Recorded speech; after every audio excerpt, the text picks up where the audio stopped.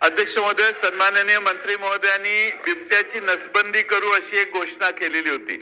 अध्यक्ष महोदय, पण आजच्या या उत्तरात उपाययोजनांमध्ये त्याचा उल्लेख नाहीये. म्हणजे त्याची अजून सुरुवात झाली नाही का काय? कारण आपण उत्तरात काय आम्ही उपाययोजना करतोय ते दिलेलं आहे.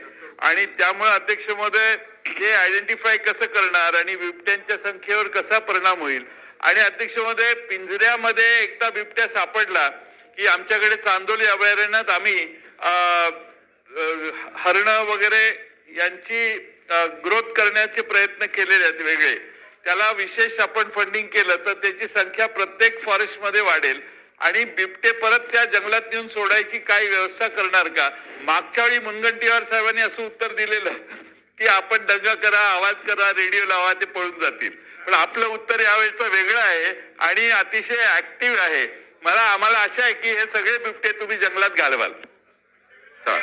सन्मान्य अध्यक्ष महोदय, सन्मान्य सदस्य नरके यांनी जी या ठिकाणी मागणी केली की त्यांच्याकडे असलेल्या जुन्या बंदुकांचे लायसन रिन्यू करण्याच्या बाबत माननीय जिल्हाधिकारी महोदयांना सगळ्यांना कळवते किंवा माननीय महसूल मंत्री महोदयांना मी सांगेन की जेणेकरून महसूल मंत्री महोदय सगळ्या जिल्हाधिकाऱ्यांना कळवतील. आता बाब राहिली, सन्मान्य ज्येष्ठ सदस्य जयंतराव पाटील साहेबांनी सांगितलं की या ठिकाणी बिबट्यांची एकूण नसबंदी करण्यासाठी ती सुरू झालेली आहे. केंद्र सरकारच्या वन्यजीव विभागानं 5 असलेल्या बिबट्यांवर तुम्ही प्रयोग सुरू करा आणि 3 वर्ष प्रयोग करा. मी सांगितलं 3 वर्षाची गरज नाही, 6 महिन्यामध्ये हा प्रयोग यशस्वी होतो का नाही समजेल आपल्याला. आणि तो झाल्यानंतर केंद्र सरकारच्या वन विभागामधून मोठ्या प्रमाणामध्ये आपण याचं संतुलन राहील अशा प्रकारची मागणी करू आणि तसं करून टाकू. चला नाना पटेल सर. अध्यक्ष महाराज, हा महत्वपूर्ण प्रश्न आहे. अध्यक्ष महाराज, माझे स्पेसिफिक 2 प्रश्न आहेत.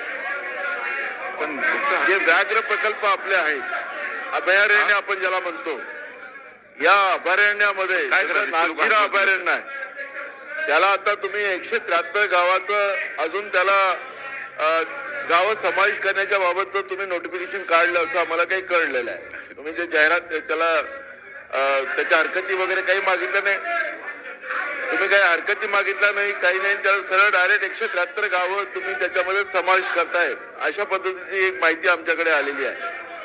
माझा स्पेसिफिक प्रश्न या ठिकाणी असा आहे की तुम्ही या व्याघ्र प्रकल्पाच्या याच्यामध्ये वाघाच्या रक्षणासाठी आणि वन्य प्राण्यांच्या तुम्ही ज्या व्यवस्था निर्माण करत चाललात, पण त्याच्या आतमध्ये जे काही आहे, मग डुकर असतील, हरण असतील, सांबर असेल, हे सगळे प्राणी तिथं राहिले नाही आता.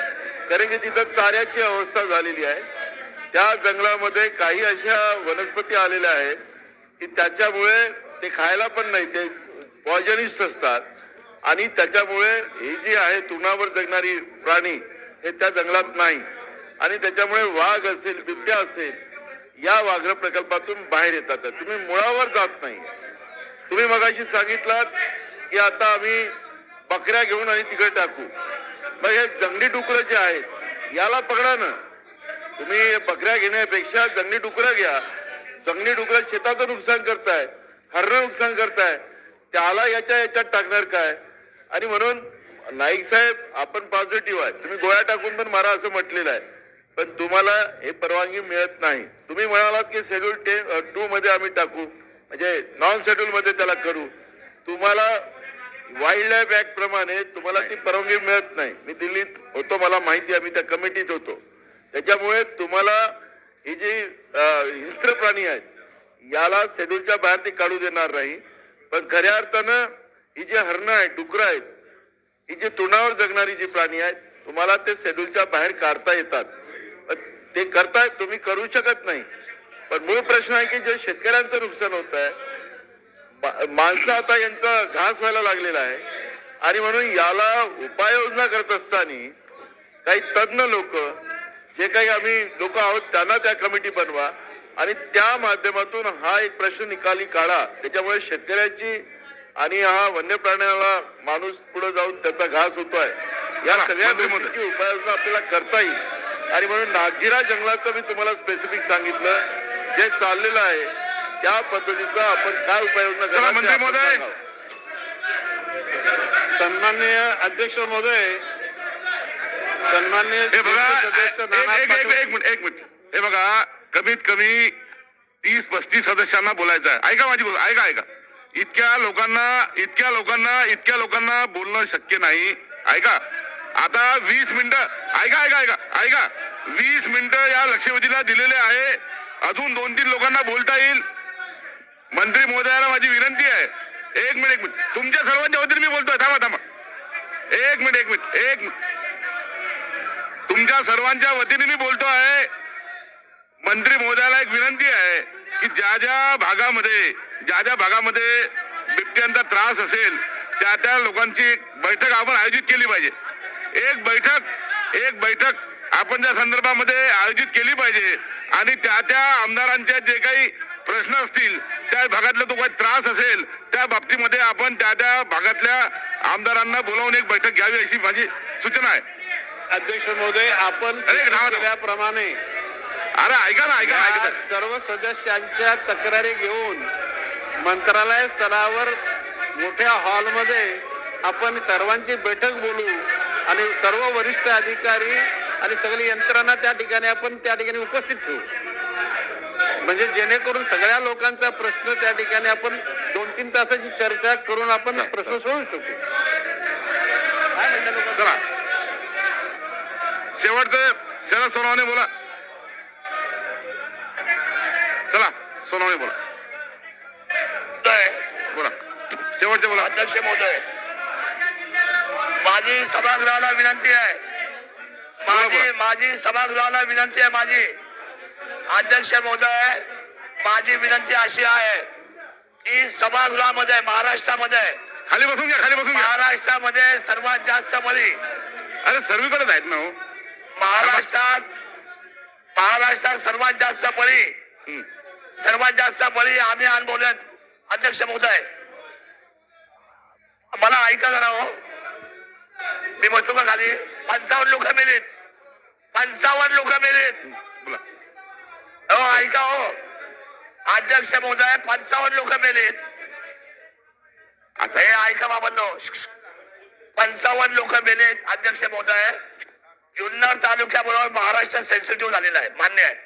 प्रश्न विचारा. प्रश्न विचारतो पॉइंटेड आणि प्रश्नाचं उत्तर सुद्धा अतिशय सुंदर आहे. ऐकून घ्या. अध्यक्ष महोदय, मी मंत्री महोदयांना हात जोडून विनंती करतो. अतिशय संवेदनशील मंत्री आहे या खात्याचे. मी आपल्याला सांगतो भास्करराव, ऐकून घ्या. 55 लोक जुन्नर मध्ये मेली आणि आता संपूर्ण महाराष्ट्रावर धुमाकूळ चालू आहे. पण माझी तुम्हाला पॉइंटेड प्रश्न दोनच आहे. एक, तुम्ही किती उपाययोजना करा, काही त्याने फरक पडणार नाही. सरकारी वेळ, सरकारी पैसा मेहरबानी करून वाया घालू नका. 2 गोष्टी. सगळ्यात पहिली गिरीश भाऊ, मी आपल्याला सांगतो, 2 रेस्क्यू सेंटर ज्याच्यामध्ये 1000 नर बसतील, नर, आणि 1000 मादी. पकडल्यानंतर कळतंय नर कोण आणि मादी कोण. एक जुन्नर तालुक्यामध्ये म्हणजे पुणे जिल्ह्यात, आणि एक फॉरेस्टच्या जागा पण आहेत, आम्ही आयडेंटिफाय केल्यात, आपल्या अधिकाऱ्यांनी सीसीएफने आयडेंटिफाय केलेले आहेत. आणि एक अहिल्यानगर मध्ये 2 ठिकाणी हे रेस्क्यू सेंटर 1000 लोक बसतील असे. ते तातडीने 3 महिने म्हणजे 90 दिवसाच्या आतमध्ये पूर्ण करा. त्यांना खायला घाला आतमध्ये, त्यांच्यासाठी एक हॉस्पिटल बनवा. एकही माणूस महाराष्ट्रामध्ये मरता कामा नये. एक बळी जाणं म्हणजे संपूर्ण कुटुंब देशोधडीला लागल्यासारखं आहे. अध्यक्ष महोदय, मी कळकळीची हात जोडून विनंती करतो राज्याला, सगळ्यात गंभीर बाब आहे. रेस्क्यू सेंटर 90 दिवसाच्या आतमध्ये हे चालू करा. त्यांना खायला घाला, त्यांना उचला, एवढी विनंती करतो. धन्यवाद. अध्यक्ष महोदय, उत्तर उद्या. माननीय सदस्य शरद सोनवणे यांनी जी सूचना केलेली उत्तर आहे, उद्या. अगोदरच जुन्नर तालुक्यामध्ये रेस्क्यू सेंटर त्या ठिकाणी आहे. आता त्यांनी फक्त त्या ठिकाणी संख्या वाढवण्याची सूचना केलेली आहे. वन खात्यानं अतिशय गांभीर्यानं त्या ठिकाणी जुन्नरचं जे बिपट रिस्क्यू सेंटर आहे त्याची संख्या वाढवण्याचं ठरवलेलं आहे आणि दुसरं रिस्क्यू सेंटर अहिल्यानगर जिल्ह्यामध्ये करण्याचं ठरवलेलं आहे. या दोन्ही सूचना आम्ही ऑलरेडी दिलेल्या आहेत. आता राताऱ्याला नाना पाटोले साहेब, जरा एक मिनिट जरा, नाना पाटोले साहेबांनी बसून बोलू नका. प्रश्न विचारला होता की या ठिकाणी त्या वाघांना आणि बिबट्यांना खाण्यासाठी काही सांबर, ससे, वानर, लांडगे राहिले नाहीत. नानासाहेब, आपल्या सूचनेच्या अनुषंगानं या प्राण्यांची प्रजनन वाढवण्याकरता, त्यांना संरक्षित करण्याकरता व्यवस्था करण्याची सूचना देण्यात आलेल्या आहेत. म्हणजे बकऱ्या बिकऱ्या आपण तो सध्या सोल्युशन आहे तात्पुरता, कारण त्या बिबट्यांना आणि वाघांना दुसरे काही प्राणी राहिलेच नाहीत म्हणून तात्पुरत्या शेळ्या आपण सोडण्याचं ठरवलेलं आहे आणि ते सोडल्या जातील आणि भविष्य काळामध्ये एकही ठिकाणी त्या ठिकाणी मानवाची हत्या होणार नाही याच्यासाठी प्रयत्न केले जातील. चला शेवटचा प्रश्न अब्दुल सत्तार.